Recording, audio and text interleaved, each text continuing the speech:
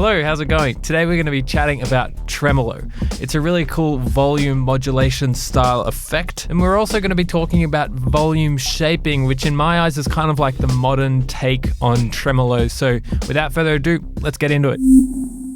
So for those of you that don't already know, tremolo is a modulation style effect. We're using an LFO of some kind, maybe a sine wave or a triangle wave, and we're just modulating the volume to go up and down. So if I was to do this by hand manually, just a point of example, my mouse being like an LFO here, I would literally just be dragging this volume slider up and down. So let's just check out this. I've got this. That's essentially what tremolo is doing. It's just modulating or changing the volume of a sound up and down. So it's literally just volume modulation. Simple as that. Video done. No, I'm just kidding. What I'm not kidding about though is there are some free analog samples in the description below. Who doesn't want free samples? So thought I'd just let you know they're down there if you want them. Otherwise, back to tremolos. They were popularized by guitarists and classic bands like Pink Floyd and the Beatles. They're also really common to have in things like guitar amps. I have a Vox amp sitting right next to me, and that thing has a tremolo knob in the top that is a lot of fun just to mess around with. So it's a really simple modulation effect, but a really good way to add movement to your sounds. Most notable for me though is the classic tremolo sound of the Rhodes electric piano, or just electric pianos in general. I've got this groovy little loop here with some Rhodes piano in it. Let's just check this out quickly.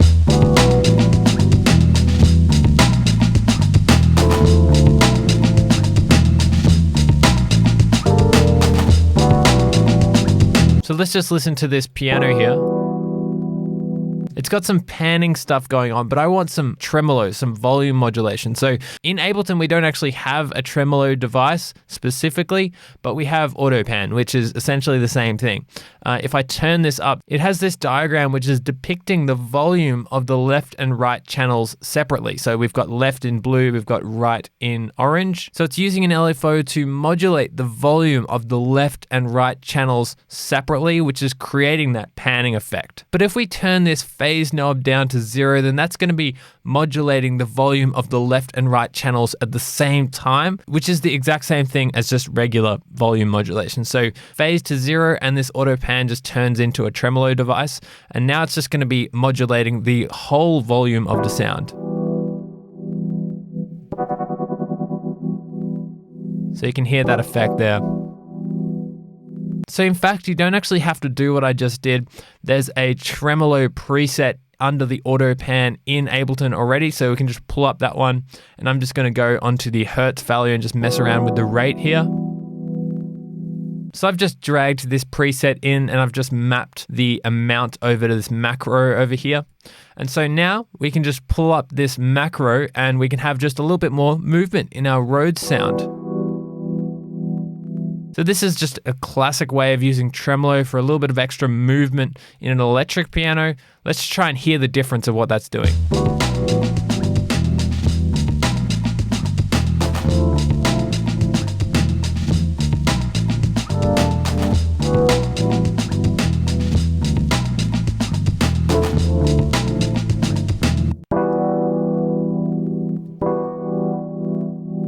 So you can hear the big difference in movement there. Just that pumping effect. It doesn't have to be synced with the track. It's just adding a lot of interest. So I've got another example here, different style of track, more of a synth that I'm using the tremolo on. So I'm just going to mess around with this rate and just sort of try and convince you that, hey, there's a lot that you can do with this tremolo, and you can just modulate this one parameter and get so much movement out of your track. So let's just have a listen.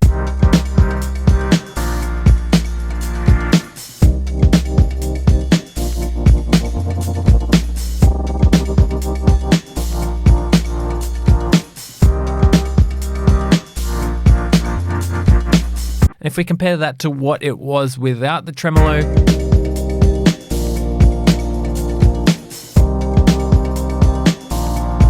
there is movement in the chords. They're changing over time. This filter has an LFO on it that's sort of slowly moving, but Tremolo has a really interesting way of creating groove and interest in the actual rhythm of the sound as well. So again, really simple way to get some cool movement and rhythmic interest in your sounds. So you might be thinking to yourself, this is just volume LFO modulation. What's the difference between this and something like an LFO tool? And that's a really good question. LFO tool essentially does the exact same thing as Tremolo, but just a lot more complicated and a lot more that you can do with it. This is LFO tool here. And if I did something like this, went onto this second page, this is the triangle LFO shape. And I'm just going to assign this second page to the volume here. And now we can mess around with this rate.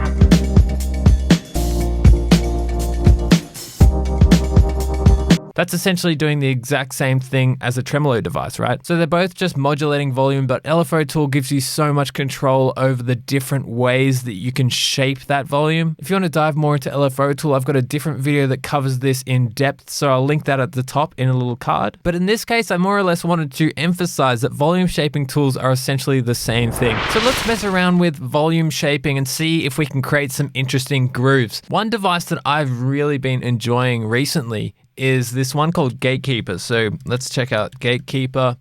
I'm just going to grab this, drag it onto my track. This one has a whole bunch of really cool presets that are going to add a lot of rhythmic interest and groove into some static sound. So this sound that I've got here, it's just a pad, a really, really static pad. Let's have a listen to this.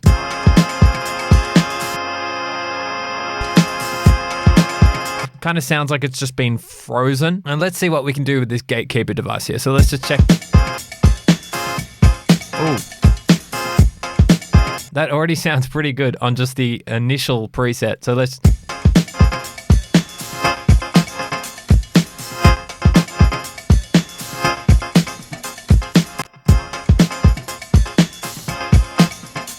Oh. I can work with this.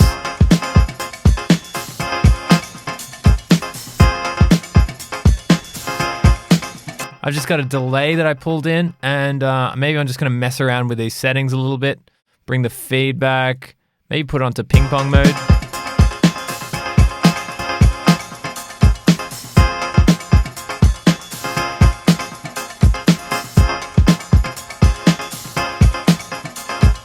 And then I've just got a sidechain compressor here that's just ducking it with the kick drum. So it's crazy how much these modern volume shaping devices can do to a static sound. It was just literally a pad that's just frozen in time, doing nothing. And then with a little bit of volume shaping, a little bit of delay, it's got a really nice groove now. So let's keep going with this. I can work with this. So this wasn't really planned, but I'm just going to keep going and try and make a bass line that works with this. I'm thinking something groovy.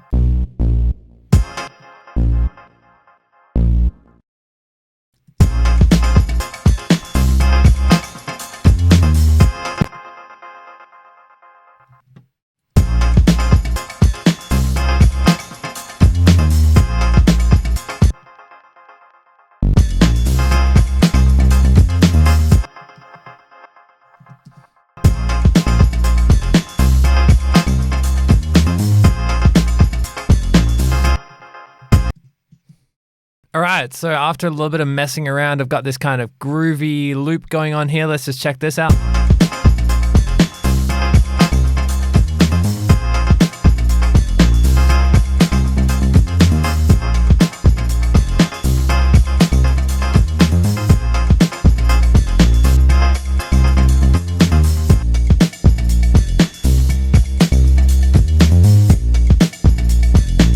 So if you haven't checked out volume shapers before, there's some really cool ones around. I really like Gatekeeper. LFO Tool's really nice as well. And hopefully this has inspired you to explore them a little bit more. There's so much you can do with them. I'm really just scratching the surface with this video. If you have enjoyed the video today, remember to like and subscribe to the channel. Drop me a comment if you've got something to say. Otherwise, thank you so much for hanging out. Stay safe, and I'll see you in the next video.